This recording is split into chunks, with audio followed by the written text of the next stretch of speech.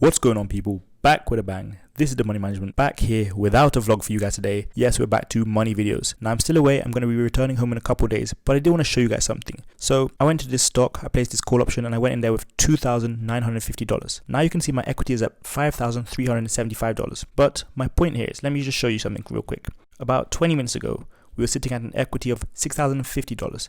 So, within 20 minutes, there's been a minus $700 swing. So that's a reminder to go into a position knowing what you're doing, also not letting emotions carry you, whether you're losing money quickly or gaining money quickly. But yeah, I'm going to be holding this over the weekend, so I'll keep you guys updated next week. But I just wanted to create a shorts for you guys just to show you guys what I'm doing, what kind of trades I'm placing, and keep you guys updated. So yeah, again, I went into this with $2,950. Right now we're sitting at $5,350. We're going to see what happens. But if you guys did enjoy this shorts, make sure to like, subscribe, comment, share, all the good stuff. I'll see you guys next time for another video. Peace.